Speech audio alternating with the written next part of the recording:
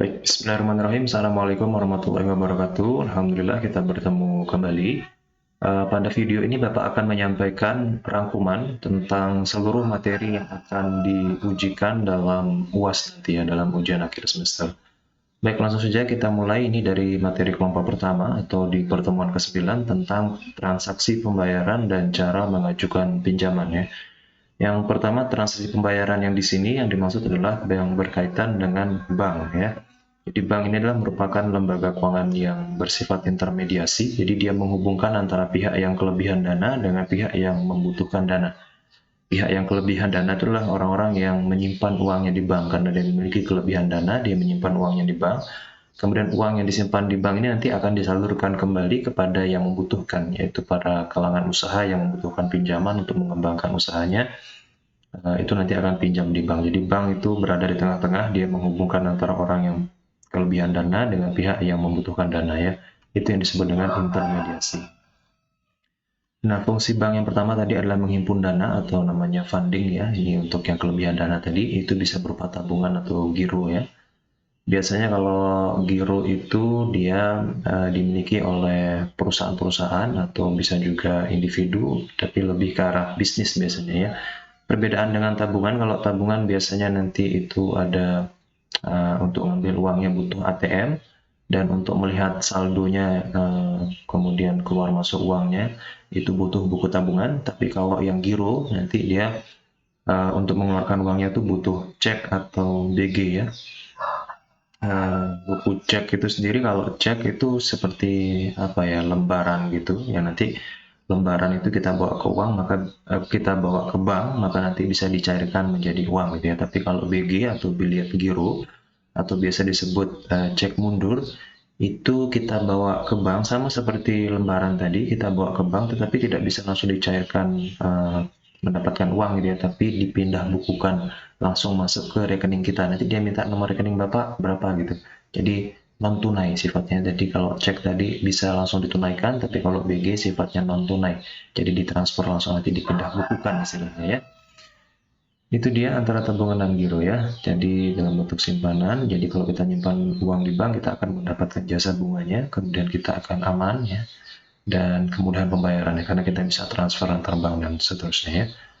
Ada juga namanya deposito. Deposito ini adalah tabungan berjangka ya. Jadi kita simpan uang kita, nanti 3 bulan, 6 bulan, atau 9 bulan kemudian baru kita bisa ambil ya. Nah, ini menawarkan jasa bunga yang lebih banyak biasanya daripada sekedar tabungan biasa ya. Kemudian yang kedua adalah menyalurkan dana atau lending istilahnya, ini melalui berbagai macam pinjaman-pinjaman yang ditawarkan oleh pihak perbankannya. Kemudian jasa-jasa lainnya seperti transfer ataupun clearing ya. Clearing ini sama seperti tadi ya, ketika kita bawa BG itu dipindah bukukan, nah itu namanya proses clearing ya.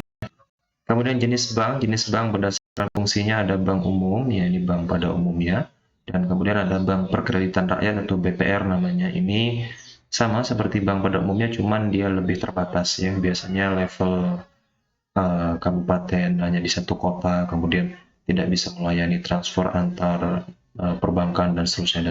Jadi ada keterbatasan-keterbatasannya. Tapi ini jarang banget ya, paling hanya 1-2 ya, yang lebih banyak memang bank umum gitu ya.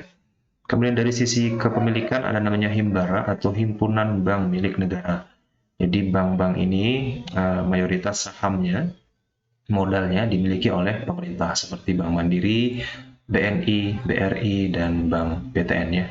Kemudian ada juga bank swasta, ini dimiliki oleh swasta seperti BCA, Bank Danamon, dan lain sebagainya ya. Kemudian dari segi penentuan harga ada bank konvensional yang menetapkan harganya berdasarkan prinsip bunga. Ada juga yang syariah yang berdasarkan prinsip bagi hasil gitu ya. Kemudian selanjutnya cara mengajukan pinjaman. Unsur pinjaman yang pertama adalah kepercayaan ya. Jadi bank akan memberikan pinjaman kepada nasabahnya atas dasar kepercayaan tersebut, trust ya. Kemudian ada jangka waktunya berapa, 3 tahun kah, 10 tahun, 20 tahun, dan seterusnya. Dan nanti ada kesepakatan membayar angsurannya berapa, kemudian setiap tanggal berapa, harus didebetkah dari ini dan seterusnya. Ada kesepakatan di sana. Kemudian ada resiko-resikonya. Nanti kalau memang terlambat bayar dan seterusnya, apakah ada jaminan atau agunannya, dan kemudian nanti ada balas jasanya. Jadi ketika dia ngangsur nanti, itu angsuran pokok plus ada jasanya, ada bunganya ya. Itu keuntungan bagi perbankannya. Dalam mengajukan pinjaman ada beberapa pihak yang terlibat. Pertama adalah kreditur atau orang yang membeli kredit, orang yang memberikan kredit gitu ya, yaitu pihak perbankan, dan debitur, orang yang mendapatkan debit atau nasabah gitu ya. Ini istilah dalam perbankannya. Kemudian jenis pinjaman ya, ada pinjaman untuk investasi, biasanya lebih dari 1 tahun jangka waktu pengembaliannya. Biasanya untuk pembelian aset tetap seperti tanah, gedung, dan seterusnya. Ada yang untuk modal kerja, ini biasanya kurang dari 1 tahun. Kemudian ada yang untuk perdagangan, ada yang produktif untuk usaha, ada yang konsumtif untuk keperluan pribadi, ada yang profesi bagi PNS ya, dan seterusnya. Kemudian angsuran pinjaman tadi adalah uang yang dibayarkan nasabah atas pinjaman yang dilakukan. Angsuran itu adalah pokok pinjaman plus bunganya ya. Nah, bunga pinjaman ini ada dua jenisnya ya, secara umum. Yang pertama flat rate namanya, jadi bunganya sama. Dia ngangsur angsuran pertama, angsuran kedua, sampai angsuran selesai nanti bunganya ya tetap sama segitu-segitu saja gitu, jumlah angsurannya pun sama. Tapi ada yang floating rate, yaitu dia bunganya berubah-ubah ya, tergantung nanti nilai kurs. Ya, bulan ini katakan dia bayar angsuran 1 juta, bulan depan bisa 1.100.000, bulan depannya lagi bisa 950.000. Jadi berubah-ubah tergantung kondisi nilai kurs rupiah dan lain sebagainya ya. Begitu. Kemudian ada pembiayaan bank syariah ya. Ini pembiayaan di bank syariah yang pertama bisa melalui akad musyarakah namanya, ini kerjasama modal ya. Jadi nanti untung ruginya dibagi berdasarkan proporsi modalnya. Jadi nasabah punya modal, bank juga punya modal, itu jadi kerjasama. Kemudian yang kedua ada mudharabah. Kalau ini sepenuhnya modal dari bank ya, nanti ada sistem bagi hasil di sana. Kemudian ada murabahah, jual beli ya. Jadi nanti pihak bank membeli dulu mobilnya, kemudian menjual kembali kepada nasabah secara angsuran, bisa kredit gitu ya. Kemudian ada ijarah atau sewa ya. Ini katakan umpama menyewa mobil dan lain sebagainya, itu nanti dalam sewa guna usaha atau leasing ya, itu bisa melalui perbankan juga. Ya, jadi umpama perusahaan-perusahaan ketika dia mau menggunakan alat-alat berat kan, kalau beli harus mahal, maka cukup dengan sewa saja. Nah, penyewaannya ini bisa menggunakan bantuan pihak ketiga dari pihak perbankan ini ya. Itu dia. Kemudian yang selanjutnya materi tentang, coba kita lihat, teknik menentukan lokasi, layout, dan mengelola SDM ya. Yang pertama adalah teknik menentukan lokasi. Ya, pengertiannya, lokasi itu berbeda dengan layout ya. Kalau lokasi adalah tempat menjalankan operasional perusahaan, jadi lokasinya di mana? Di Swete lah, di Bertais, di Mataram. Tapi kalau layout itu lebih berkaitan dengan tata letak di dalam gedungnya seperti apa, ya, tempat duduknya seperti apa, ada AC-nya kah, warna catnya, kemudian posisi mejanya dan lain sebagainya, itu namanya layout atau tata letak atau desain ruangannya lah, interiornya lah, kurang lebih seperti itu ya. Kemudian jenis lokasi, yang pertama ada untuk kantor pusat ya, ini namanya juga kantor pusat, maka pusat pengendalian seluruh aktivitas perusahaannya. Kemudian ada lokasi untuk pabriknya, tempat produksinya ya. Kemudian ada gudang, tempat penyimpanan, dan nanti ada cabang-cabangnya ya, dia buka cabang di sini, cabang di sana, dan seterusnya. Ada beberapa hal yang akan dipertimbangkan ketika sebuah perusahaan memilih lokasi. Yang pertama adalah dekat dengan konsumennya. Jadi usaha tersebut dibangun, perusahaan tersebut dibangun katakan di tengah-tengah kota Mataram supaya dekat dengan konsumennya yang ada di Mataram tersebut. Katakan mau bangun mall gitu ya, maka dibangun dia di tengah-tengah kota Mataram seperti Lombok Epicentrum Mall itu supaya dekat dengan konsumennya. Itu pertimbangannya. Jangan dibangun di jauh dengan konsumen seperti di LCC di Lombok City Center kalau nggak salah ya, mall yang agak jauh yang ada di mana Bertais sana itu ya, itu kan pada akhirnya tutup ya karena jauh ya dari konsumennya. Kemudian bisa dekat dengan bahan baku ya, kalau kita mau bikin pabrik pengolahan ikan gitu ya, maka bagus kalau dekat dengan laut gitu ya, jadi dekat dengan bahan bakunya.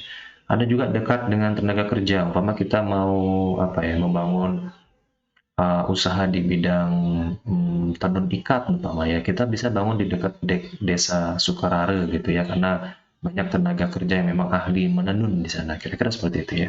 Kemudian dekat dengan sarana prasarana, sarana prasarana ini seperti misalkan dekat dengan ada jalannya lalu lintas prasarananya ya, kemudian ya seperti itu kira-kira, dibangun di dekat kota supaya lalu lintasnya lancar, dia kirim barang, terima barang juga dekat gitu ya. Seperti kayak gudang Indomaret yang ada di Jalan Bypass Bill, yaitu memang dibangun supaya dekat dengan dekat dengan bandara maupun dekat dengan Lembar gitu ya, pelabuhan misalnya seperti itu ya. Kemudian ada pertimbangan biaya juga, jadi lokasi tentu kalau lokasinya di tengah kota ya biayanya mahal gitu nanti ya. Kemudian ada prospek ini katakan dia nggak apa-apa bangun di satu tempat yang belum ramai gitu ya, tapi prospek kedepannya bakalan ramai nih. Misalkan dia bangun di dekat Mandalika sana ya, kemungkinan besok ketika sudah MotoGP bakalan ramai gitu ya. Kemudian juga pertimbangan keadaan geografis ya, di mana mungkin tempat tersebut rawan gempa sehingga dicari tempat yang mungkin tidak rawan longsor dan lain sebagainya ya. Intinya keadaan geografis yang ada di sana ya. Kemudian pertimbangan layout sekarang, desain interiornya tadi itu adalah pertama kapasitasnya ya. Kapasitas orang yang bisa ditampung di sana berapa, jangan sampai terlalu kecil untuk menampung sekian banyak orang. Kemudian peralatan-peralatan yang ada pun diatur sedemikian rupa sehingga memudahkan karyawannya maupun konsumennya ketika beraktivitas. Kemudian dari segi estetika juga diperhatikan ya, penempatan warna dindingnya dan seterusnya. Ada ditaruh bunga kah, tanaman untuk mempercantik ruangannya ya. Kemudian alur proses produksinya bisa diatur, umpama nanti di sini katakan bagian penjualan, pemesanan, kemudian setelah konsumen memesan nanti ada bagian keuangan, pembayaran, kemudian bagian pengiriman barang, jadi diatur sesuai dengan alur proses produksinya, kira-kira seperti itu ya. Kemudian ada pengelolaan SDM ya. SDM ini sumber daya manusia ya. Fungsi pengelolaan SDM itu ada beberapa ya. Ini ada 1, 2, 3 sampai dengan 8 ya.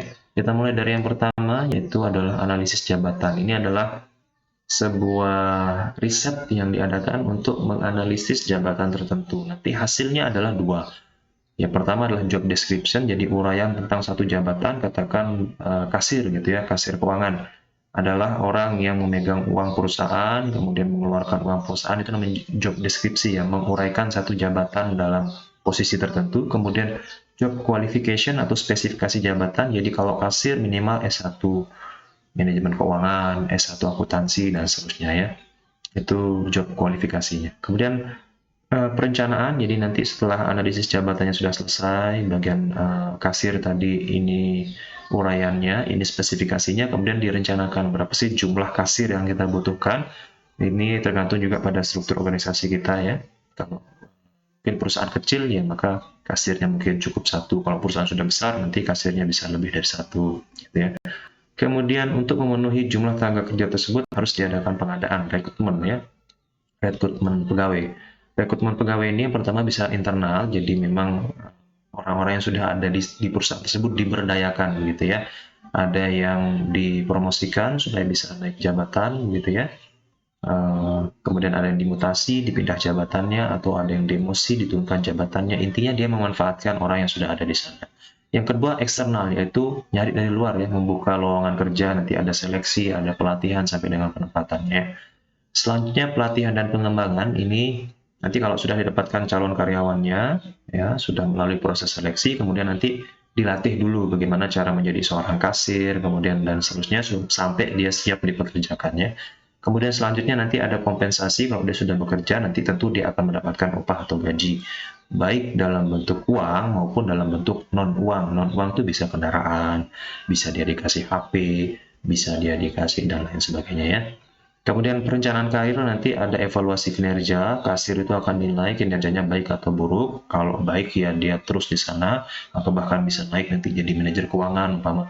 Kalau buruk ya dia bisa dipindah dan seterusnya, itu terkait dengan perencanaan karir. Kemudian ada keselamatan dan kesehatan karena ini bagian keuangan, mungkin nanti keuangannya khusus ya, tidak semua orang bisa masuk ke sana. Ada berangkas pakai nyimpen uang dan seterusnya ya, terkait dengan keselamatan dan kesehatannya dia.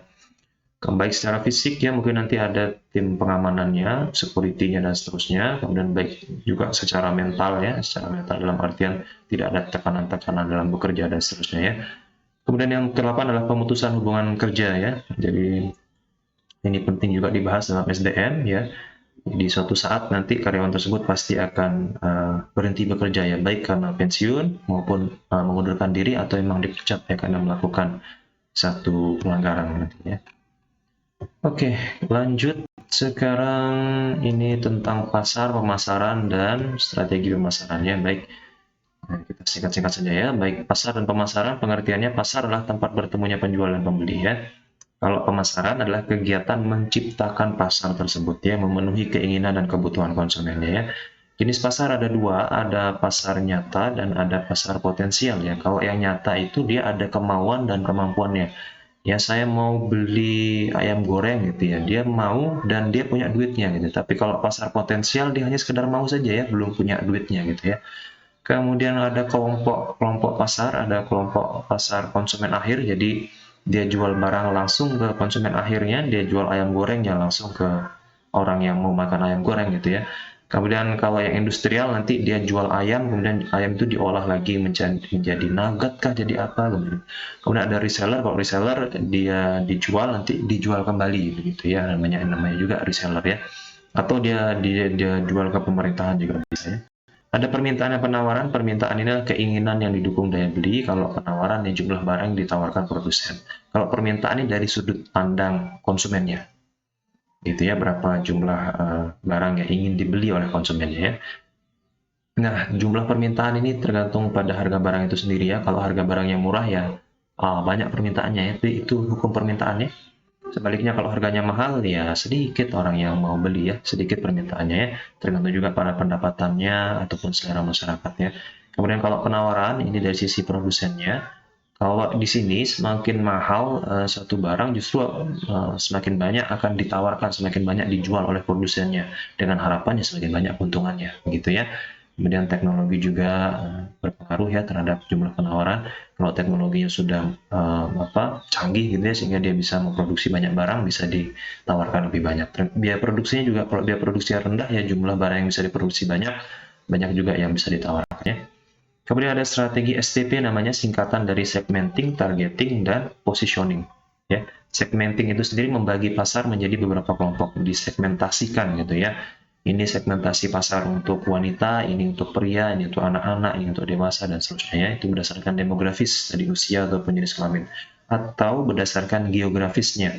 Dibagi-bagi, ini kelompok Mataram, ini kelompok Lombok Barat, ini kelompok Lombok Utara, dan seterusnya ya. Setelah dibagi-bagi seperti itu, sekarang ditargetkan, dipilih salah satu atau beberapa yang potensial. Oh, kita pilih deh kayaknya di Mataram saja karena Mataram lebih potensial nih, kira-kira seperti itu ya. Kita lihat berdasarkan ukuran dan pertumbuhannya, kayaknya ukuran Mataram lebih banyak jumlah calon konsumennya, kemudian sumber daya perusahaan kayaknya kita mampu deh kalau jualan di Mataram, kira-kira seperti itu ya. Kemudian strategi produknya bisa serba sama, universal. Kita buat satu produk yang memang untuk kebutuhan semua, gitu. Kita jual makanan ayam goreng tadi bisa dikonsumsi oleh usia berapapun gitu ya.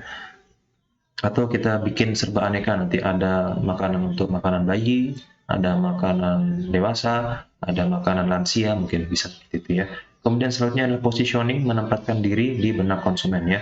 Kita bisa dengan harga yang murah ya, kita menawarkan harga yang murah sehingga itu menempel di benak konsumen. Oh, ini produk ini harganya murah gitu ya. Atau berdasarkan kegunaan ya, makanan dan minuman tadi kita positioningkan bahwa usaha kita ini memang bergerak khusus di bidang minuman atau makanan gitu ya. Atau berdasarkan kelas penggunanya, jadi kita bikin makanan khusus, makanan lansia umpama gitu ya. Itu bisa, itu namanya positioning ya, memberikan citra di benak konsumennya.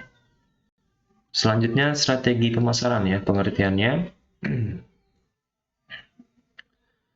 Strategi pemasaran pengertian adalah langkah pemasaran untuk mencapai tujuan ya. Tujuannya adalah kepuasan konsumen. Jadi konsumen kalau sudah puas dia menjadi loyal maka dia menjadi pelanggan, nanti ya pelanggan tetap. Kalau sudah jadi pelanggan tetap ya maka perusahaan tersebut akan untung terus menerus gitu ya. Nah, dalam strategi pemasaran ini ada namanya bauran pemasaran atau marketing mix ya, terdiri dari 4P. P yang pertama adalah produk ya atau produk. Ini berkaitan dengan logo, kemudian motonya, berkaitan dengan merek yang mudah diingat, terkait dengan kemasan, intinya produknya lah, kurang lebih seperti itu, label halalnya kah, dan seterusnya ya. Kemudian ada P yang kedua adalah price, ya ini price ini berkaitan dengan harga, bisa dia harganya semurah mungkin ya, hanya sekedar untuk bertahan hidup, atau dia semahal mungkin untuk memaksimalkan laba, atau dia lebih murah dari pesaing ya, jadi untuk memperbesar pangsa pasarnya, atau dia harganya sesuai dengan kualitasnya. Jadi kalau kualitasnya bagus dia kasih harga mahal, kalau kualitasnya agak kurang dia kasih harga yang agak murah gitu ya. Atau dia kompetitif ya, harganya sama seperti para pesaingnya. Kemudian place atau lokasi. Lokasi ini adalah berkaitan dengan dari perusahaan hingga ke tangan konsumen ya. ada faktor pembeli, kemudian ya jadi penentuan lokasi ini tergantung dari berbagai macam faktor, umpama pembeli bisa dia didistribusikan secara langsung ke pembelinya atau menggunakan distributor yang menggunakan pihak ketiga bisa. Sama seperti kalau kita jualan kita antar langsung atau kita pakai JNT, JNE begitu ya. Kemudian ada faktor produk ya, kalau beberapa produk yang memang cepat kadaluarsanya maka lokasinya mungkin lebih berdekatan dengan konsumennya ya. Begitu juga tergantung dengan kemampuan ya, mungkin kalau kemampuan perusahaannya banyak maka dia bangun lokasi di tempat-tempat yang strategis gitu ya. P yang keempat adalah promotion atau promosi. Ini berkaitan dengan iklan, seperti baik iklan di media cetak maupun elektronik, atau promo seperti diskon penjualan, pemberian hadiah, bisa juga publisitas ya, ada pameran-pameran atau bakti sosial dan penjualan pribadi ya, dari rumah ke rumah atau door to door gitu ya. Oke, next selanjutnya tentang menyusun laporan keuangan ya dan analisis laporan keuangan. Yang menyusun laporan keuangan pengertiannya adalah laporan tentang uang masuk dan keluar perusahaan ya. Jadi itu laporan keuangan, memberikan informasi keuangan perusahaan baik itu berupa aset, utang dan modal, menggambarkan kinerja masa lalu dan prospek masa depannya. Ada beberapa pihak terkait ketika kita berbicara tentang laporan keuangan. Yang pertama adalah pemegang saham atau pemiliknya. Ya, ini dia bisa lihat nanti setelah laporan keuangan jadi, oh ternyata usaha ini bagus nih untuk dilanjutkan, gitu kira-kira ya. Jadi melihat perkembangan usahanya. Kemudian manajemen untuk melihat target-target di tahun ini udah tercapai nggak gitu ya. Kreditur bank untuk menganalisis nih perusahaan ini layak nggak saya kasih pinjaman ya. Coba dilihat, oh ternyata untungnya banyak nih, maka dia bisa bayar angsuran nanti, oh layak nih gitu ya. Pemerintah ini terkait dengan perhitungan pajak ya. Kemudian karyawan terkait dengan penggajian, jadi kalau untungnya banyak perusahaan tersebut dilihat dari laporan keuangannya, maka nanti penggajiannya kemungkinan bakal naik di tahun mendatang, gitu, atau dia dapat bonus-bonus tertentu gitu ya. Kemudian investor nih terkait dengan prospeknya, jadi kalau dinilai ini untung terus dalam beberapa tahun, maka prospeknya bagus, kayaknya saya bisa nih investasi di sini gitu ya. Kemudian jenis-jenisnya, jenis laporan keuangan ada 4, ada neraca, laba rugi, arus kas, dan perubahan modalnya. Neraca ini berisi aktiva dan pasifa. Kalau aktiva itu sendiri nanti ada aset lancar, aset tetap ya. Pasifa ada utang dan modal, ya, baik utang lancar maupun utang jangka panjang. Kalau laba rugi, dia membandingkan antara pendapatan dan pengeluaran. Kalau besaran pendapatannya jelas dia laba, kalau lebih besar pengeluarannya ya dia rugi gitu ya.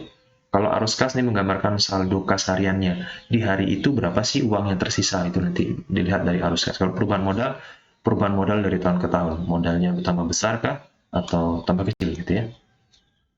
Kemudian analisis laporan keuangan. Jadi laporan keuangan itu kan berupa angka-angka ya. Dan untuk bisa mengartikan angka-angka tersebut dibutuhkanlah yang namanya analisis laporan keuangan ya.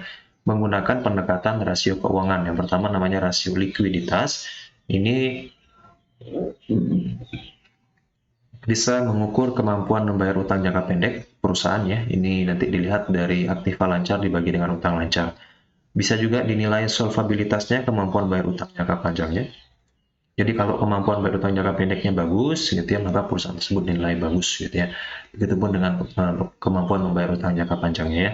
Nanti ini dilihat dari total utang dibagi dengan total aset gitu ya. Kalau banyakan utangnya ya berarti dia tidak mampu bayar gitu ya. Tapi kalau banyakan asetnya ya kemungkinan besar dia mampu bayar menggunakan aset-asetnya tersebut ya. Kemudian ada aktivitas, ini kemampuan menjalankan operasional perusahaan bisa melalui perputaran piutang, dilihat piutangnya ini seberapa lama sih bakalan ditagih gitu ya, itu bisa terlihat dari sini. Kemudian perputaran persediaan yang ada di gudang itu dia ngendap atau dia berputar gitu ya, datang kemudian nanti terjual lagi, datang terjual lagi dan seterusnya, itu bisa terlihat melalui perhitungan ini ya. Dan terakhir ada profitabilitas atau kemampuan perusahaan menghasilkan keuntungan ya. Jadi perusahaan menghasilkan keuntungan juga bisa dilihat melalui perhitungan rasio keuangan ini ya. Nanti ada margin keuntungan itu laba setelah pajak dibagi dengan penjualan dikali dengan 100% gitu ya. Oke, lanjut. Sekarang adalah penilaian kelayakan usaha ya dan analisis pesaing ya. Kelayakan usaha ya, pengertiannya adalah kegiatan mempelajari suatu usaha untuk menentukan layak atau tidak ya. Jadi sebelum kita mendirikan suatu usaha, kita studi dulu. Ini usaha layak atau enggak dijalankan ya. Layak itu maksudnya adalah pantas untuk dijalankan, menguntungkan lah kurang lebih gitu ya. Nah tujuannya adalah yang pertama menghindari resiko kerugian ya. Jadi jangan sampai nanti kita usaha ternyata nggak cocok nih dengan keahlian kita. Kita tidak ahli di bagian IT, bagian komputer, tapi kok usaha di bidang itu mungkin gitu ya. Nggak cocok sehingga rugi nanti dan seterusnya. Atau kita memulai usahanya tidak di waktu yang tepat, umpama seperti itu ya, mungkin sekarang musim corona, daya beli masyarakat kurang dan seterusnya ya, mungkin waktu yang tidak tepat. Jadi untuk menghindari risiko-risiko kerugian tersebut, di awal kita lakukan analisis terlebih dahulu ya. Kemudian untuk memudahkan manajemen nanti dalam melakukan perencanaan, pelaksanaan, dan pengawasannya. Jadi karena manajemen sudah punya gambarannya berdasarkan analisis tersebut, jadi nanti kita rencanakan seperti ini deh, bukanya kayaknya setelah corona selesai nanti dan seterusnya ya. Ada beberapa pihak yang terkait dalam studi kelayakan bisnis ini. Yang pertama adalah pemilik usaha karena terkait dengan permodalan ya, berapa modal yang dibutuhkan untuk membangun usahanya. Kemudian ada lembaga keuangan seperti bank terkait dengan pinjaman nanti ya, berapa banyak uang yang bakal kita pinjam. Katakan kita sudah analisis usahanya butuh 100 juta, sedangkan uang yang kita punya 50 juta, maka sisanya 50 juta nanti bisa kita pinjam melalui lembaga keuangan ini ya. Kemudian pemerintah terkait dengan dampak lingkungan, kita bangun usaha di tengah kota, kemudian ada limbahnya katakan. Nah, limbahnya ini dibuang ke mana nanti? Nah, itu perlu juga ya dianalisis ya. Kemudian masyarakat, kita buka usaha nanti kira-kira kan butuh pegawai. Nah, itu pegawainya butuh berapa dan seterusnya, terkait dengan lapangan pekerjaannya. Kemudian manajemen terkait dengan target pencapaian yang dicapai ya di tahun pertama, katakan mau untung berapa, di tahun kedua mau untung berapa, targetnya seperti itu ya. Kemudian aspek-aspek yang dilakukan dalam penilaian kelayakan usaha, pertama adalah terkait dengan hukum dulu, perizinannya. Ini usaha ada izinnya nggak? Kalau mau bergerak di bidang makanan, ada label halalnya nggak? Nanti ini dari MUI gitu ya. Kemudian terkait dengan pemasarannya, mau dipasarkan di mana? Terkait dengan keuangannya, ini butuh modal berapa? Terkait dengan operasionalnya, lokasinya nanti di mana, teknologi mesin apa yang kita mau pakai. Kemudian terkait dengan SDM-nya, butuh berapa banyak staff sih, butuh bagian apa-apa saja. Kemudian sosialnya terkait dengan lapangan pekerjaan, ya kita butuh karyawan dari lingkungan sekitar atau butuh karyawan dari mana. Kemudian terkait dengan lingkungannya, limbahnya mau dibuang kemana, dan seterusnya ya. Kemudian selanjutnya adalah analisis pesaing. Analisis pesaing ini karena perubahan ya, adaptasi perkembangan teknologi yang berkembang sangat pesat, kita perlu beradaptasi ya. Nah, termasuk para perusahaan yang lain itu pun semakin maju dan berkembang ya, sehingga menjadi pesaing bagi kita ya. Nah, pesaing di sini adalah perusahaan yang menghasilkan produk yang sama atau sejenis gitu ya. Analisis pesaing yang pertama kita identifikasi dulu pesaing kita, jenis produknya dia apa, pangsa pasarnya dia kemana. Ya, katakan jenis produknya dia makanan, pangsa pasarnya anak-anak muda, peluang dan ancamannya kira-kira kita punya peluang nggak? Kita ciptakan produk baru yang berbeda dari dia, atau ada ancaman kayaknya produknya dia lebih bagus daripada produk kita. Wah, ini ancaman, ini bisa-bisa nanti konsumen lari ke sana semua ini. Kemudian keunggulan dan kelemahan, apa sih keunggulan pesaing kita, kelemahannya dia? Kayaknya dia kelemahannya warungnya tuh kotor ya, kurang bersih gitu ya. Nah, sehingga kita bisa menciptakan keunggulan sendiri nanti, menciptakan rumah makan yang bersih gitu ya. Kemudian sasaran pesaing, ada pesaing dekat, ada pesaing jauh ya. Kalau pesaing dekat yang berdekatan langsung dengan kita, katakan sebelah-sebelahan dengan kita warungnya, atau pesaing yang jauh gitu ya. Kemudian identifikasi strategi pesaing, apakah pesaing ini dia menyerang kita ya, atau enggak gitu ya, atau kita yang bertahan atau bagaimana gitu ya. Ketika kita menciptakan menu baru, kok dia ikut-ikutan menu baru ya, jangan mau menyerang ini. Nah, kita harus membuat strategi bertahan atau strategi dan seterusnya itu kita identifikasi ya. Kemudian analisis kekuatan dan kelemahan pesaing, kita riset pemasaran.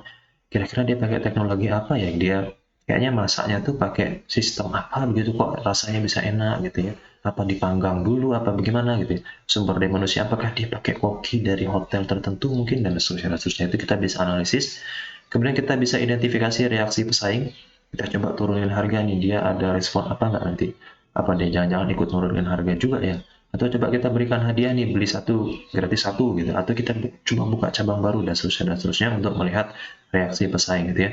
Kemudian nanti kita ada strategi menghadapi pesaing. Yang pertama adalah pemimpin pasar, jadi kita menjadi nomor satu ya, paling terbaik, paling termurah, paling the best dan segala macamnya ya, pelayanannya semuanya ya.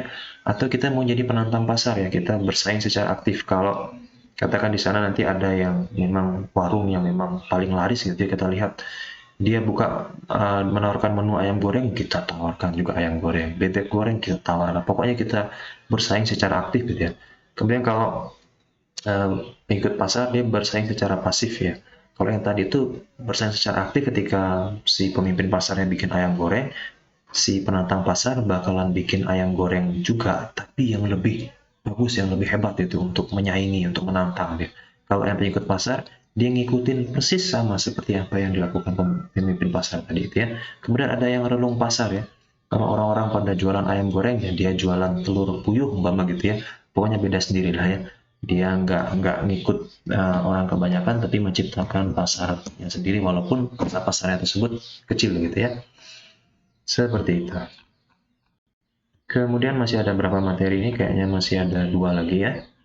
Ini materi ini, kemudian satu lagi nanti setelah itu selesai ya. Oke, customer service dan pelanggan nasabah kabur ya. Customer service atau CS ya, bukan cleaning service, beda ya. Walaupun sebutannya sama CS tapi beda ya ini customer service ya. Pengertiannya adalah kegiatan untuk memberikan kepuasan kepada pelanggan, yang namanya juga customer service ya, pelayanan konsumen lah gitu ya. Nah, fungsi CS ini ada beberapa. Yang pertama sebagai resepsionis atau penerima tamu di depan, kemudian deskman atau pelayanan dan dokumen, kalau mau ngisi-ngisi dokumen formulir apa nanti dia yang membantu melayani gitu ya, atau sebagai salesman, dia membantu menjualkan produk, atau sebagai customer relation officer, membina hubungan baik dengan pelanggan, nanti dia yang nelpon pelanggan, dia dan sebagainya ya, atau sebagai komunikator, memberi sumber informasi lah, kalau mau nanya apa-apa ya nanya ke CS aja deh, dia yang paling tahu gitu kurang lebih ya. Dasar pelayanan yang pertama adalah sebagai seorang CS itu harus berpenampilan rapi ya. Kalau kita pergi ke bank, bagian CS, customer service itu dari segi penampilan pasti rapi. Kemudian salam, senyum, sapa gitu ya. Selamat datang Pak, selamat pagi, ada yang bisa dibantu, silahkan duduk, dan lain sebagainya gitu ya. Berbicara dengan bahasa yang mudah dipahami ya. Jadi dia tidak menggunakan istilah-istilah yang sulit gitu ya. Kalau istilah-istilah sulit nanti bingung gitu nasabah konsumennya ya. Kemudian dia mendengarkan ya apa keluhan-keluhan konsumen, apa yang diinginkan tersebut, baru nanti dia bicarakan gitu ya. Kemudian jangan menyela atau berdebat dengan konsumen, jangan ya, berdebat jangan ya, cenderung ngalah saja memberikan solusi kepada konsumen gitu ya. Kemudian meyakini konsumen bahwa produknya yang dia tawarkan memang bagus gitu ya. Kemudian kalau memang nanti Pak bisa nggak kalau saya transfer dari sini ke sini, umpama kita nggak paham bener sistem transfernya, sebentar Pak ya saya tanyakan ke atasan saya gitu ya. Kita bisa nanya ke atasan kita ya kalau memang kita merasa tidak sanggup gitu ya. Kemudian kalau kita tidak bisa melayani, kita beritahukan kapan ya. Misalkan, mohon maaf Pak, sekarang waktunya istirahat, mungkin nanti jam 1:30 kami akan buka kembali dan akan kami lanjutkan kembali pelayanannya. Gitu kurang lebih ya. Kemudian sifat-sifat pelanggan yang perlu kita ketahui, pertama adalah pelanggan itu merasa sebagai raja ya, dan harus dilayani oleh ratu. Ratunya siapa ya? Ratunya CS itu ya. Kemudian keinginannya mau dipenuhi, tidak mau didebat, mau diperhatikan. Dan karena pelanggan juga merupakan sumber pendapatan bagi perusahaan ya. Sifat-sifat dan ciri-ciri ini mirip seperti ciri-ciri wanita ya, ingin diperlakukan sebagai raja atau ratu, mau dipenuhi keinginannya, tidak mau didebat, mau diperhatikan dan seterusnya. Kemudian unsur pelayanan yang baik, yang pertama dari segi karyawannya, dia cepat tanggap dan mahir melaksanakan berbagai macam kemampuan gitu ya. Kemudian dari segi sarananya, lokasi yang ada di sana nyaman gitu ya. Syarat menjadi CS adalah dari segi fisik dia menarik, dari segi mental dia punya kepercayaan diri yang bagus dan mudah bergaul gitu ya. Kemudian terkait dengan pelanggan atau nasabah yang kabur, jadi pelanggan itu untuk perusahaan yang lembaga perusahaan non keuangan biasanya disebut dengan pelanggan. Tapi kalau perusahaan yang berkaitan dengan lembaga keuangan seperti bank, asuransi dan seterusnya biasanya disebut sebagai nasabah ya. Itu bedanya pelanggan dengan nasabah ya. Kemudian dari segi pengertian, pelanggan tidak lagi, kalau pelanggan atau nasabah yang kabur itu berarti dia tidak lagi membeli produk tersebut atau sedikit-sedikit mulai mengurangi atau mulai beralih ke perusahaan lainnya. Nah ini sudah ciri-ciri tanda-tanda bahwa nasabah tersebut akan kabur gitu ya. Jadi memang mempertahankan pelanggan yang lama itu lebih sulit daripada mencari pelanggan baru, dan biayanya juga lebih murah yang mempertahankan pelanggannya, paling cuma telepon dan sebagainya. Tapi kalau mencari pelanggan baru harus promosi iklan mahal gitu ya. Oke, kemudian penyebab dan solusinya. Penyebab nasabah kabur yang pertama adalah pelayanan yang tidak memuaskan. Oleh sebab itu, karyawan harus menarik dan cepat tanggap supaya pelayanannya memuaskan tadi ya. Kualitas produk yang tidak baik atau pilihan yang terbatas, maka produk kita harus berkualitas dan lengkap, variasinya banyak gitu ya. Kemudian tidak tepat waktu pengirimannya ya. Katanya dikirim besok, tapi sampai dikirim hari ini tapi kok belum dikirim-kirim gitu ya. Maka penting membuat sistem penjadwalan pengiriman barang gitu ya. Kemudian biayanya mahal ya, sebaiknya harga produk yang mahal tersebut dibarengin juga dengan kualitasnya ya. Kemudian lokasi yang sulit dijangkau ya, lahan parkir yang mungkin diperluas, yang membuka cabang baru ya. Kemudian layout yang tidak nyaman ya, diberikan ruang tunggu lah sebagai tadi pelanggan tersebut merasa nyaman menunggu walaupun antriannya banyak gitu ya, AC-nya adem gitu ya, kemudian ada brosur bisa dibaca-baca gitu sehingga nggak bosan pelanggannya menunggu gitu ya. Oke, lanjut. Ya, ini dia materi terakhir tentang perlindungan usaha ya. Perlindungan usaha di sini adalah terkait dengan asuransi ya. Jadi pengertiannya, resiko kerugian usaha itu kan namanya kita usaha kan pasti ada resiko-resikonya ya, dan seperti kecelakaan dan lain sebagainya, kebakaran umpama gitu ya. Baik yang disengaja, sengaja dibakar begitu ya, mungkin ada karyawan yang kesal atau bagaimana, ataupun tidak disengaja kebakarannya ya. Itu musibah yang jelas nanti butuh biaya mahal untuk memperbaiki sisa-sisa kebakaran tersebut nantinya ya. Nah, solusinya untuk mengatasi berbagai macam risiko yang ada tersebut, pertama adalah penerapan standar operasional prosedur. Jadi kalau kegiatan produksi yang berkaitan dengan api, mungkin nanti lokasinya ditersendirikan jauh dari elektronik dan seterusnya. Kemudian disiapkan alat pengaman, semprotan fire extinguisher itulah, semprotan pemadam kebakaran tersebut ya. Kemudian diasuransikan juga nanti ya. Jadi cara melindungi usaha adalah dengan cara mengasuransikannya ya. Asuransi ini ada 4 hal dalam asuransi. Pertama, perusahaan asuransi itu sendiri, kemudian nasabahnya, kemudian nanti ada polis asuransi atau surat perjanjiannya, dan ada premi atau iuran yang dibayarkan setiap bulannya gitu ya. Manfaat yang didapatkan kalau kita ikut asuransi, usaha kita adalah pertama rasa aman, ketenangan, dan kita punya simpanan tabungan ya. Jadi kalau kita tidak ngeklaim asuransi tersebut, nanti kita bisa ambil itu sebagai bentuk tabungannya. Dan kita terhindar dari resiko, dan juga kalaupun nanti terjadi kebakaran tersebut, ada penggantiannya, kira-kira seperti itu ya.